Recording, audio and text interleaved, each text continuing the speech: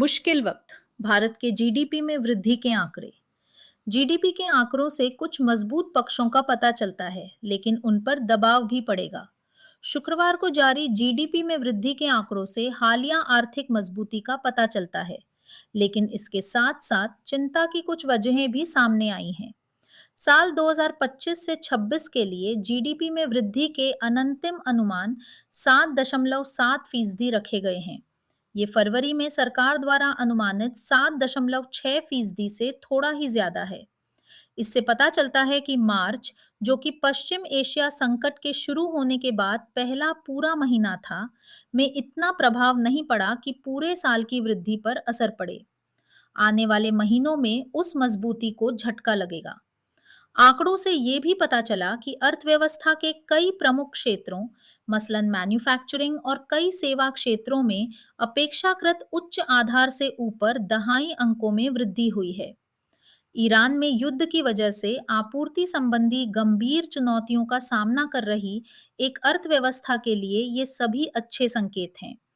गौरतलब है कि निजी अंतिम उपभोग व्यय और सकल स्थिर पूंजी निर्माण दोनों में 2025 से 26 में पिछले साल के मुकाबले ज्यादा तेजी से वृद्धि हुई।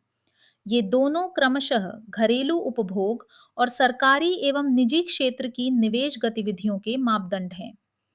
उपभोग में ये वृद्धि खासकर स्वागत योग्य है, क्योंकि पिछले 2 सालों से ये महज 5.8% की सुस्त दर पर चल रही थी। ये देखना बाकी है कि निवेश में हुई वृद्धि में निजी क्षेत्र का कितना योगदान रहा। भले ही ये वृद्धि सरकारी खर्च से प्रेरित हो, लेकिन इसका अर्थव्यवस्था के बाकी हिस्सों पर सकारात्मक प्रभाव पड़ता है। हालांकि कृषि क्षेत्र में आई कमजोरी चिंता का सबब है।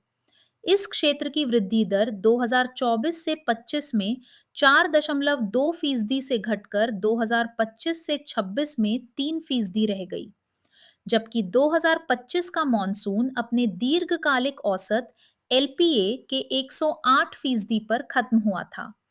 ये बेहद चिंताजनक खबर है, क्योंकि भारतीय मौसम विज्ञान विभाग ने भविष्यवाणी की है कि इस साल का मॉनसून एलपीए का मात्र 90% ही रहेगा। इसमें उर्वरकों की आपूर्ति से जुड़ी उन बाधाओं को शामिल नहीं किया गया है, जिनका असर आने वाले महीनों में वाकई महसूस किया जाएगा।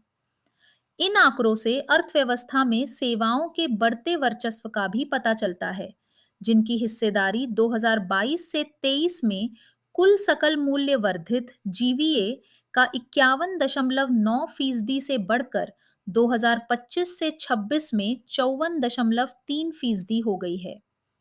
कृषि क्षेत्र, जो अब भी आबादी के सबसे बड़े हिस्से को रोजगार प्रदान करता है, कि जीवीए में हिस्सेदारी 2022 से 23 में 22.1% से गिरकर 20% से नीचे आ गई। मैन्युफैक्चरिंग क्षेत्र की हिस्सेदारी काफी हद तक अपरिवर्तित ही रही है, जो चिंता का एक और सबब है। इससे पता चलता है कि भारत अपने मूल्य वर्धित मैन्युफैक्चरिंग क्षेत्र को उतनी तेजी से विकसित नहीं कर पा रहा है जितनी कि उसे होना चाहिए। भारतीय रिजर्व बैंक आरबीआई, सरकार और स्वतंत्र अर्थशास्त्री इस बात पर सहमत हैं कि 2026 से 27 में विकास दर में काफी कमी आएगी।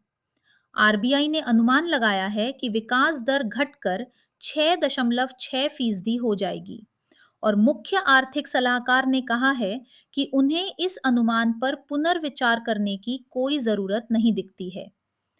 पिछले साल टैरिफ संबंधी व्यवधानों ने भारत की निर्यात क्षमता का इम्तिहान लिया था। इस साल ऊर्जा आपूर्ति में आने वाली बाधाएं पूरी अर्थव्यवस्था के साथ साथ सरकार की नीतिगत तत्परता का भी इम्तिहान लेंगी।